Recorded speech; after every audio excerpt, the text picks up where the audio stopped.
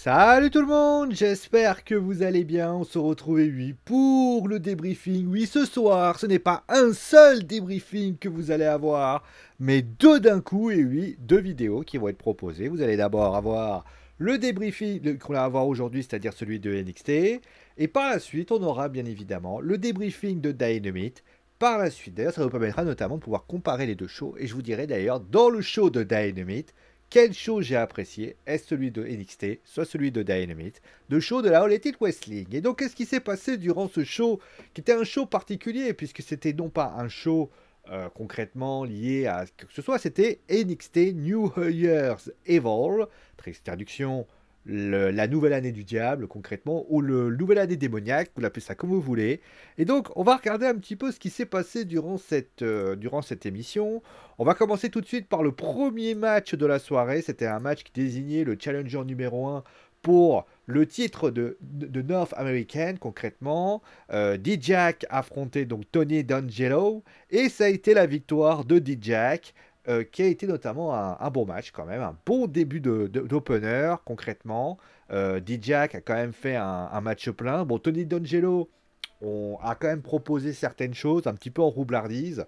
Mais c'est vrai que D-Jack, depuis qu'il a fait son retour à NXT, quand même impressionne. Et c'est vrai que quelque chose est donné. Si je ne mets pas mon micro comme il faut, ça va pas le faire. Donc à partir de là, voilà, c'était quand même assez fort. Et notamment Wesley qui va affronter D-Jack. J'ai envie de vous dire, ça donne envie de voir parce que ça peut être un match extrêmement intéressant pour ainsi dire. Par la suite, on a eu donc, et oui, le retour donc de Jinder Mahal. On va l'expliquer clairement. Il y a eu en fait, Sanga, pardon.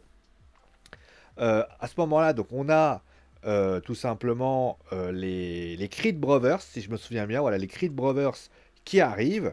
Et à ce moment-là, eh bien, Sanga arrive et dit voilà que Veer Mahan n'est pas là ce soir pour les affronter.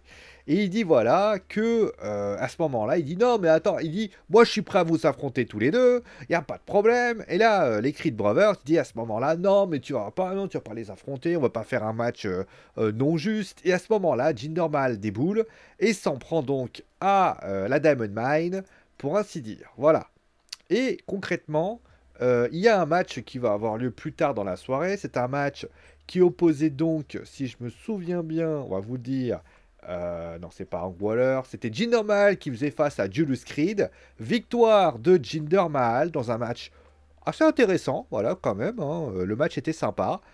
C'était quand même assez intéressant, avec de bonnes qualités, pour ainsi dire, qui a été apporté. Et ça, c'est super cool, pour ainsi dire. Ensuite, là, on a eu donc, eh bien, le troisième match de la soirée. C'était un match, alors c'était un match assez particulier, puis c'était un gauntlet match. Voilà, un gauntlet match. Et il faut savoir que, d'ailleurs, pour info, la WWE a décidé de t'appeler dans le gauntlet, le Tag Team Turmoil, en clair, sur des choses qui sont relativement assez identiques. Il faut savoir que, pour information, tout d'abord, il y a eu donc les New Day ont ramené plusieurs personnes. Ça a commencé notamment. Alors, il y avait les Pretty Deadly qui étaient présents dans ce match-là.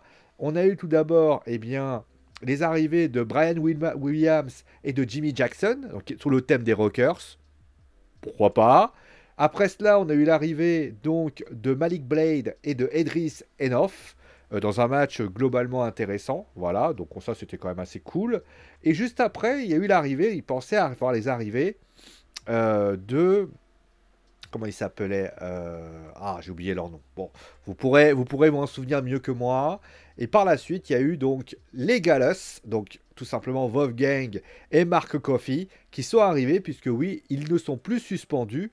Et Wolfgang et Mark Coffey, là, à ce moment-là, détruisent les Pretty Deadly et vont défier à ce moment-là, et bien tout bonnement, les New Day pour les NXT Tag Team Championship. Clairement, c'était, j'ai envie de dire des fois, c'est bien de vouloir faire du teasing. Et je dis pas le contraire, il faut des choses comme ça qui nous donnent envie, etc. Surtout que les Wolfgang, c'était quand même assez intéressant. Le problème que j'ai avec cette idée, c'est quand c'est de ma part mal fait. Déjà, tu fais la même chose que ce qui se passe à Raw. Ça veut dire que tu recycles tes idées que tu as eues auparavant. Ça, c'est la première chose à dire.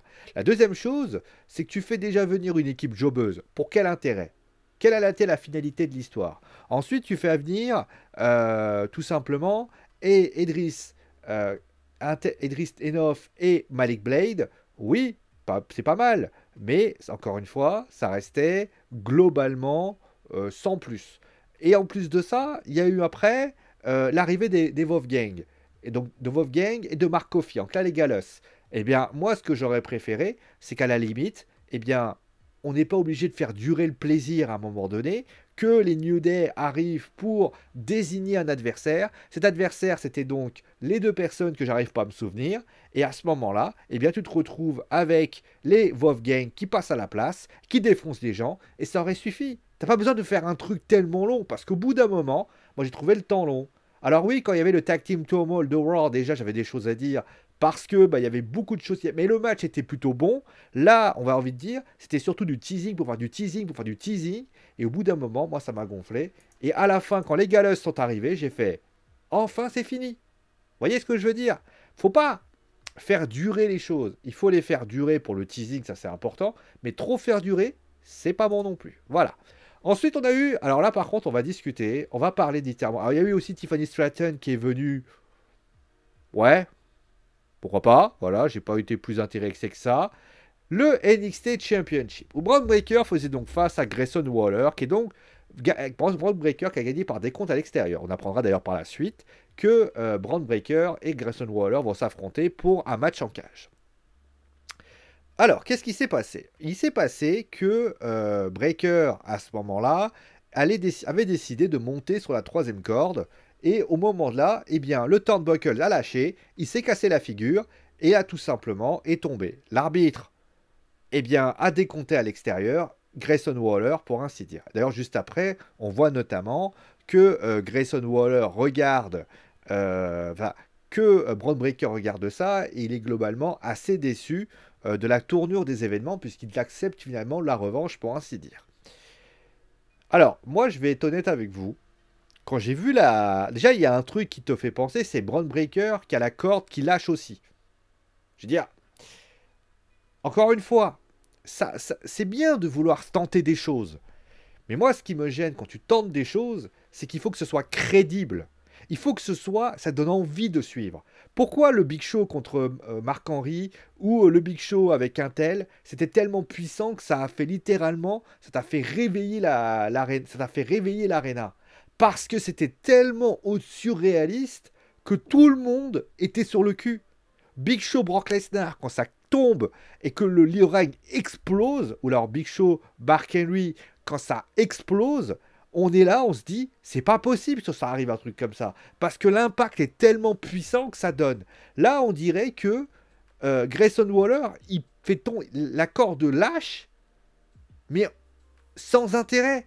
Là, c'est comme s'ils devaient trouver une solution pour éviter que, eh bien, pour permettre à Grayson d'avoir un match revanche. Qu'est-ce qu'ils ont fait au lieu de se dire, bon, le truc classique, à la limite, toi, il le fait décompter à l'extérieur, ou alors il fait une disqualification, ou en plus de ça, eh bien, Bron Breakker gagne. Bron Breakker est perdu par décompte à l'extérieur, admettons. Bah, je sais pas, j'aurais trouvé ça intéressant, parce que Grayson, voilà, aurait pu le provoquer en lui disant, hé hey, mec, t'es sérieux quoi? T'arrives même pas à tu te la pètes, t'arrives même pas à gagner contre moi alors que je suis un tel ou un tel. Franchement, c'était pas terrible. Et honnêtement, moi, j'ai pas du tout aimé la tournure des événements, pour ainsi dire. Voilà.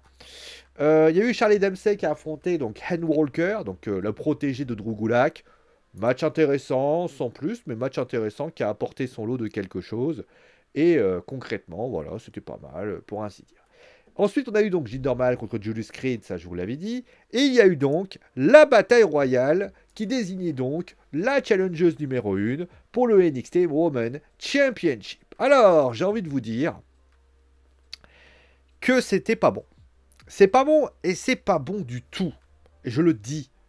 Je veux dire que, en fait, ce qui s'est passé, c'est déjà, je crois que Cora Jade se fait éliminer, je crois, très rapidement. Elle se fait éliminer, si je me souviens bien. Il y a Taira Valkyria qui, je crois, eh bien, il va Cora Jade qui essaie de la provoquer. Elle se prend une baigne. Je crois que c'est ça. Et là, à ce moment-là, on a, à ce moment précis, Cora Jade d'ailleurs qui est favorite, qui arrive même pas à tenir quelques minutes. Ça aussi, ça m'a paru surprenant. Je veux dire, on essaie de donner une sorte de nouvelle gimmick assez intéressante à Cora Jade. Et j'ai l'impression que Cora, On sait pas trop ce qu'elle fait. C'est quand même la meuf qui, à l'époque de NXT 2.0, n'arrivait même pas, arrivait quand même à faire quelque chose. Mais bon, ça, c'est un autre détail. À partir de ce moment-là, on a eu donc, eh bien, les deux filles, donc les Toxic Attraction, qui se trouvaient avec Gigi Dolin et Jessie Jane. Et à ce moment-là, on a tout bonnement les deux qui tombent et qui se cassent la figure. Et à ce moment-là, il y a une désignation. Eh bien, les deux sont là et ils décident donc un triple threat. Pourquoi? Alors certains vont me dire, oui, mais parce que comme ça, la Toxic Attraction n'a pas l'intention de lâcher l'affaire, comme ça, etc., etc. Mais j'ai envie de leur dire aux gens, mais c'est nul en fait.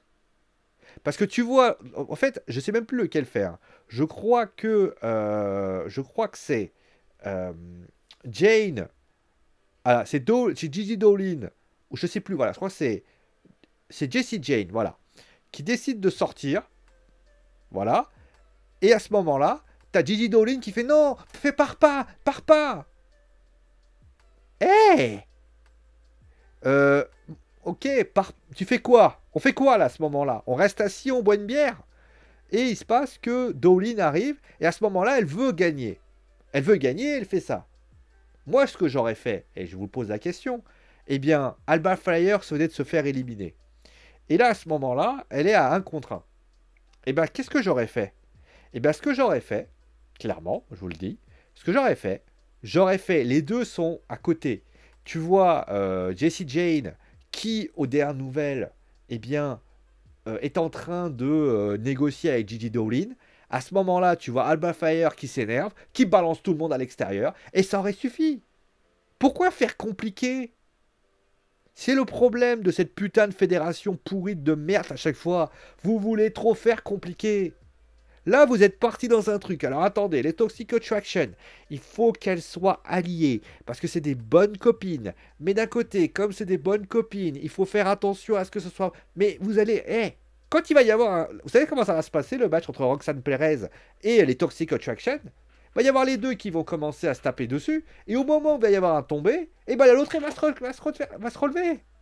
Moi, j'aurais préféré que soit Gigi Dolin ou Jessie Jane aient un match, et que concrètement les choses pourraient être faites, pardon, et à ce moment-là, ça aurait été intéressant, que de te voir, entre guillemets, les deux se retrouver au sol, faire un triple threat, qui est pour moi une attitude de fainéante. La bataille royale qui devait être une grosse bataille royale avec notamment, je rappelle, des IV9, des Zoe Starks, ou les Nash Legends, même si elle s'est fait éliminer très rapidement pour info, des Nikita Lyons, ou des Wendy Choo, ou des Cora Jade, eh bien ça a donné comme résultat 2 filles qui tombent en même temps, alors que aux dernières nouvelles, il y avait peut-être d'autres moyens de le mettre en place. C'est dommage. Et ce show est, clairement, le mot il est promesse, mais dommage. Parce que il y a, pour ainsi dire, des promesses, mais ces promesses ne nous donnent pas la réalité telle que c'est.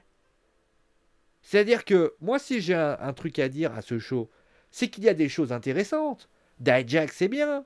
Le match entre Dijak, c'était bien. Le match, oh, pardon, excusez-moi. Le match entre Jinder Mahal, même Jinder, c'était pas mal avec Julius Creed, c'était intéressant. Ça, c'était intéressant. On avait également des petits matchs comme ça. Sauf que j'ai un problème. J'ai un problème. Il est de taille.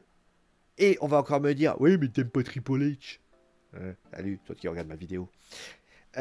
Sauf que, je suis désolé. Dans ce show que vous avez vu, quel a été l'élément le plus marquant? On parle pas d'un simple show de NXT. J'ai pardonné la semaine dernière parce que je me suis dit, bon, ils vont tout mettre les chevaux pour NXT. Sauf que là, c'était NXT New Year's Evil. En clair, c'est équivalent pay-per-view. Enfin, pay-per-view Eddo. Mais ça reste un show à thème. Comment t'expliques, et je vous pose la question à vous, comment t'expliques que le show ait pu être aussi fade? Comment t'expliques ça? Comment t'expliques que le opener, Jinder Mahal, pour ainsi dire, fait mieux que les 3 gros matchs qui auraient dû être présents? Je vais vous donner Dynamite tout à l'heure, et vous allez voir la différence. Là, il n'y avait rien. Le number one contender avec le main event ne suit pas la route et donne des résultats. Et sincèrement, au bout d'un moment, c'était intéressant. Il y avait des choses intéressantes. Mais voilà, Braun Breaker, Grayson Waller, c'est intéressant. Il y a des promesses. Sauf que la fin est à chier. Et le match par équipe est à chier. Non mais, encore une fois, on me parle du booking de Triple H. Pourquoi pas? Pourquoi pas? Moi, je suis quelqu'un qui reste ouvert d'esprit. Mais le booking de Triple H, si c'est pour faire des choses comme ça, mais ramenez Vince en fait.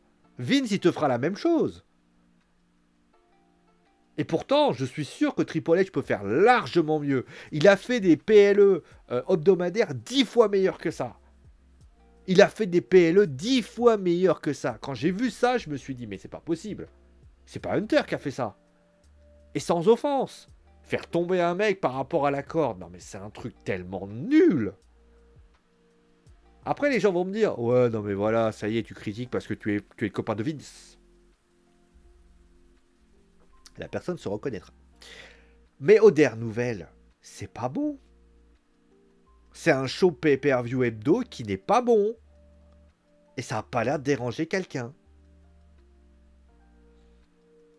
Quand vous allez voir ce que je vais parler de Dynamite, peut-être que les pros WWE vont dire que j'aime pas la WWE, peut-être.